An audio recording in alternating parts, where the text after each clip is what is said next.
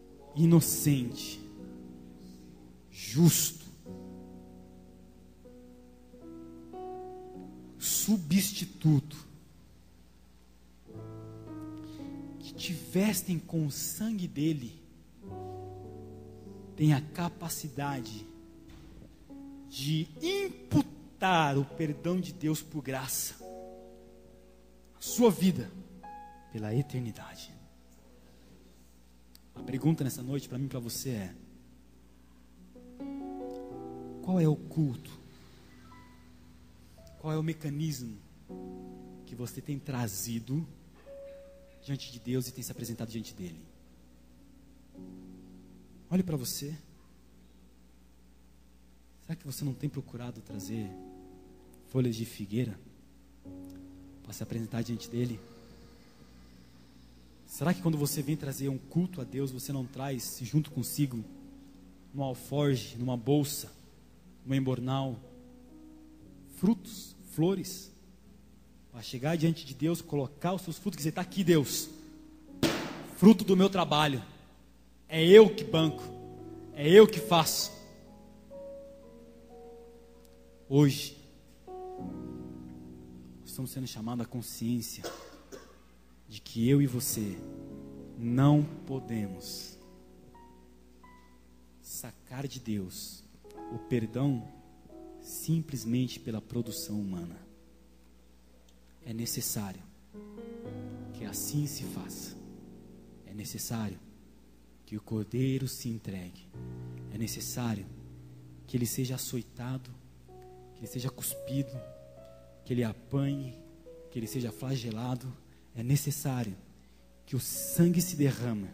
É necessário que as suas vestes sejam arrancadas. Não foi isso que aconteceu com Jesus? Olha para o simbolismo. Lá no Calvário, ele vestido. O que os soldados fazem com as suas vestes? Arrancam-lhe as vestes. Da mesma forma que Deus lá no Éden fez com as vestes do Cordeiro, com a pele do Cordeiro. É necessário que um corpo seja moído. É necessário que o grão de trigo caindo na terra morra.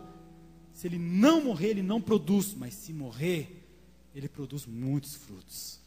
É necessário que o Filho do Homem seja levantado, assim como a serpente foi levantada no deserto. E há de ser que, quando ele for levantado, atrairá para si todos e tantos quantos aceitarem o sacrifício do Cordeiro. É necessário que o Cordeiro morra, é necessário que ele seja sepultado, é necessário que ele ressuscite, é necessário que ele traga para mim e para você hoje as vestes do seu sangue que cobre multidões de pecado para a eternidade. É necessário que ao sangue ser aspergido sobre nós, nos cobrindo com o teu perdão, no grande dia ele venha nos buscar para junto com ele estar. Assim se faz necessário, porque lá atrás o primeiro Adão pecou, e pelo pecado de um homem entrou o pecado no mundo. Mas o segundo Adão, o Cordeiro de Deus, o justo, o santo, o primeiro e o último, o alfa e o ômega, o que era, o que é e o que há de vir, o princípio e o fim, aquele que é a encarnação do Amém, o Verbo que estava com Deus e era Deus, e o Verbo que deu forma e criação a todas as coisas, o Verbo pelo qual, por meio dele, para ele, por ele, existem e subsistem todas as coisas, aquele que atraiu para si com seu sacrifício e comprou, como disse o pastor aqui no domingo, na quarta-feira, com o seu sangue, a oportunidade. E temos umas vestes que não se deterioram com as contingencialidades do tempo, mas permanecem eternas até o grande dia, quando chegarmos nos céus e Deus olhar assim para nós, ele vai dizer: eu conheço essas vestes, eu conheço essas manchas de sangue que está nelas,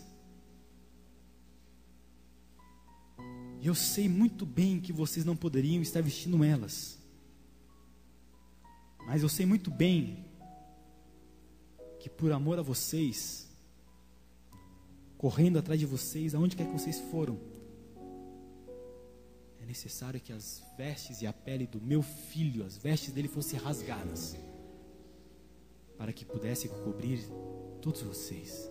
Portanto, entre para o gozo do seu Senhor. Eu quero estar lá. Eu já admiti, eu já reconheci.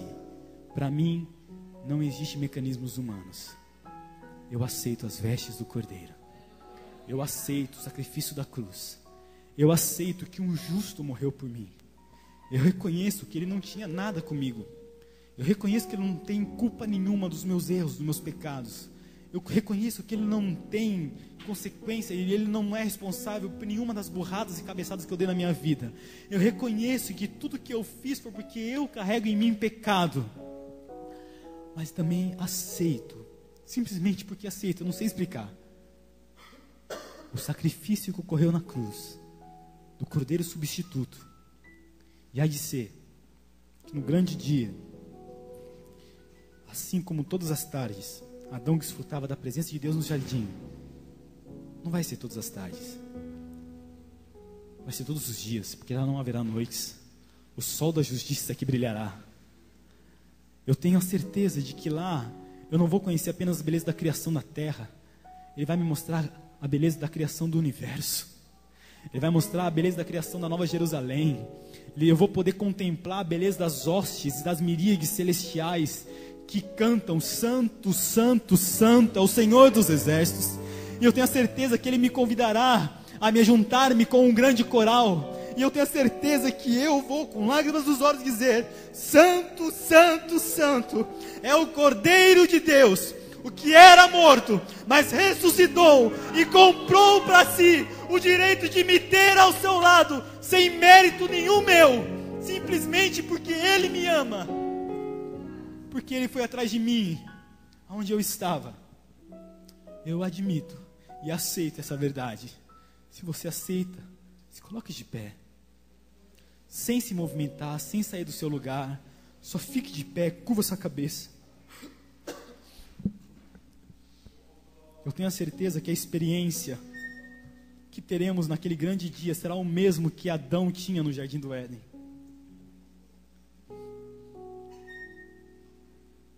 Existem alguns momentos na minha vida que eu sinto tanta saudade da presença de Deus. Eu me recordo de cultos que eu já me derramei na graça dele. Às vezes eu me pego orando assim: Deus, toca na minha vida como aquele dia, porque eu tenho tanta saudade da tua presença, tanta saudade de ficar contigo, tanta saudade, Senhor, de te ter como amigo todos os dias. Mas às vezes o ritmo da minha vida, o meu dia a dia, não me permite perceber a tua presença do meu lado. E quando eu leio aqui o texto que embasa essa mensagem, eu sinto tanta saudade e vontade de estar ao lado de Adão para contemplar todas as maravilhas do jardim. Mas chegará o grande dia que eu vou estar lá. Eu tenho certeza que eu vou dividir esse dia com você. Tenho certeza que nós vamos juntos estar ao lado de Deus, no jardim da Nova Jerusalém, contemplando as maravilhas. Se você também tem essa certeza, diga ao Senhor: eu admito, Deus, eu fui expulso do jardim por causa do meu pecado, mas o teu Cordeiro me comprou a oportunidade de voltar para o jardim. Eu só estou esperando o grande dia. Que saudade. Feche seus olhos e reflita sobre isso. Que saudade de ouvir tua voz ao entardecer. Que saudade. Que saudade. Que vontade de voltar ao jardim. Jardim da onde? Da inocência. contemplar as belezas de Deus. Se eu pudesse, voltaria atrás e não faria novamente o que fiz. Troquei minha comunhão pela escuridão da noite, em trevas sonei os meus dias. Se é verdade essa música para você, faz essa oração. Diga, ai que saudade. Ah, que vontade, que saudade de ouvir tua voz ao entardecer. Ah, que vontade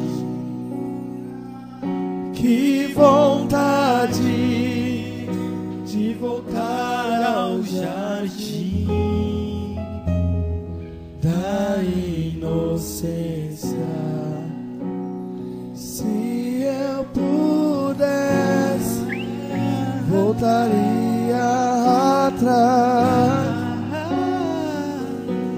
e não faria novamente Se você o pudesse, que você voltaria fiz. atrás se você já fez de errado. Troquei minha comunhão pela escuridão da noite, em trevas tornei os meus dias. Ah, que vontade de andar contigo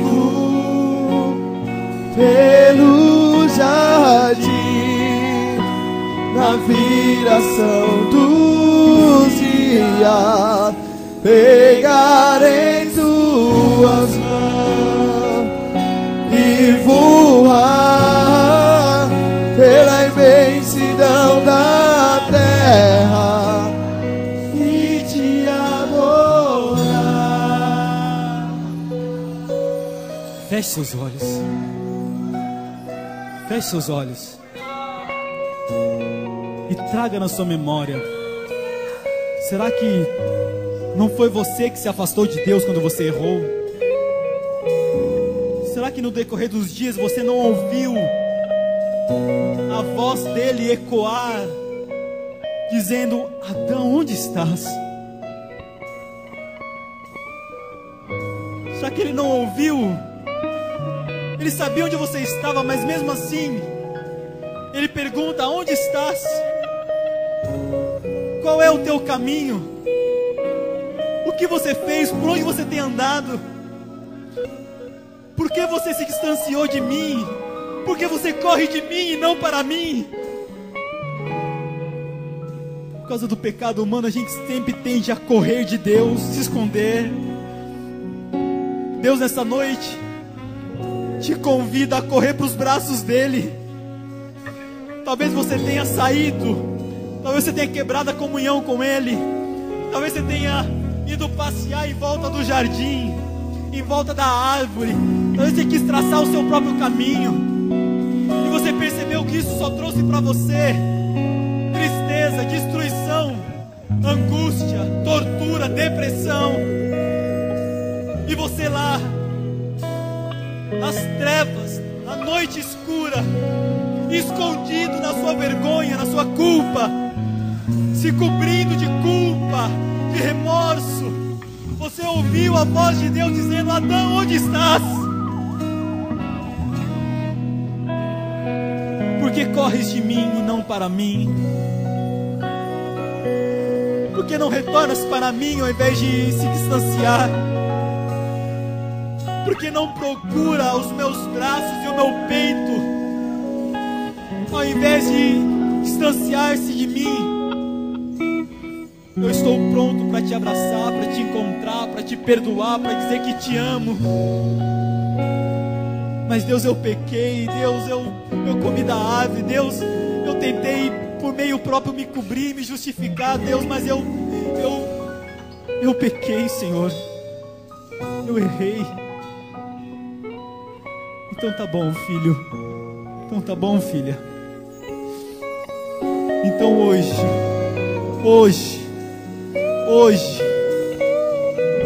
a realidade da cruz lá atrás está sendo feita hoje. O Cordeiro de Deus derrama o teu sangue sobre você hoje. O Cordeiro de Deus rasga suas vestes e a sua pele te cobre hoje. Cobre a tua vergonha, cobre a tua nudez, tira a tua culpa e te agasalha e afirma o perdão e diz: agora este sacrifício, este culto eu recebo, essa adoração da consciência de que é eu que te cubro com o meu perdão, não é você que se cobre para mim. Agora pode simplesmente erguer suas mãos e adorar-me, e adorar-me, e adorar-me, e adorar-me, e retornar a me adorar, e voltar a me adorar, e a voltar a ter comunhão comigo, e a voltar a ter comunhão comigo, a ter vontade de estar comigo, a ter prazer na minha presença, a ter prazer na minha graça, a ter presença no meu amor. Se é essa o teu prazer, se essa é a tua oração, glorifique ao Senhor, glorifique ao Senhor, cante a Ele, exalte a Ele, diga: anda contigo pelo jardim, na viração dos dias, pegarei e voar pela imensidão da terra e te adorar. Se você tem vontade, cante bem forte. Vontade de dizer a ti tudo que aprendi nesse jardim. Vontade de andar contigo pelo jardim, na viração dos dias. Você que trouxe o seu dízimo, oferta, pode ficar à vontade. E voar pela imensidão da terra. Se você trouxe o seu dízimo, a sua oferta, pode ficar à vontade. Que vontade de dizer a ti tudo que aprendi nesse jardim. Aleluia. Eu tenho vontade de dizer a Deus aquilo que eu aprendi nesse jardim. Vocês me permitem? Vocês ficam aí ouvindo e eu digo para Deus: Deus, eu aprendi nesse jardim que eu não vou alcançar aquilo que é mais precioso para mim, que se chama o perdão, se eu não trouxer o Cordeiro para o culto. E é por isso, Senhor, que eu quero me dedicar a aceitar que o Senhor foi quem me deu esse Cordeiro, que ele não é meu. E todos os dias e todos os momentos que eu precisar alcançar o teu perdão, eu vou te entregar aquilo que o Senhor me deu para eu te entregar, o Cordeiro. É por isso que não pode faltar o Cordeiro de Deus no culto, irmão. Hoje me caiu uma consciência, já tinha conversado com o Juliano sobre isso. Eu vi ele falar para mim essa mensagem sobre as vestes muitas vezes, mas nunca tinha percebido o porquê que quando não se tem Cordeiro no culto, não é culto. Hoje reafirma a ideia dentro da minha mente de que quando um grupo se junta para se falar em nome de Deus sobre tantas coisas e que não se fala do Cordeiro, é oferta de Caim. Não é culto, não é igreja, não é. É só culto quando tem o cordeiro. Só é culto quando tem o cordeiro. Só é culto quando tem o cordeiro. Porque Deus só aceita o cordeiro. Deus não aceita o. Eu quero te Deus não quer o. obedecer. Deus não quer. É tua vontade, Aleluia. refletir tua verdade, te honrar com minha vida, em tudo te adorar, mestre, amigo, amado Jesus. Eu aprendi um dia Esse é o meu querer. que se eu quisesse agradar a Deus, eu devia sempre fazer menção do filho que morreu na cruz. Mas a consciência que Deus me deu hoje durante essa mensagem é a explicação daquilo que eu aprendi, que quem me ensinou não sabia me ensinar, não sabia me dizer porquê. Olha, Duda, ame a Jesus pelo que Ele fez na cruz. E eu peguei aquela palavra e estou até hoje amando. Mas hoje me veio a explicação, o porquê que eu tenho que sempre trazer o cordeiro para o culto. Porque simplesmente eu não posso, eu não tenho nada para dar a Deus. Traga o cordeiro que Deus te deu. Leva até o altar todos os dias aquilo que não é teu. Erga as tuas mãos. Que nós sejamos uma pequenina igreja local do interior de São Paulo, que traz sempre o cordeiro para o culto. Se nós trouxermos o cordeiro para o culto, que não é nosso, não vai nos importar nada. Nada mais vai nos importar.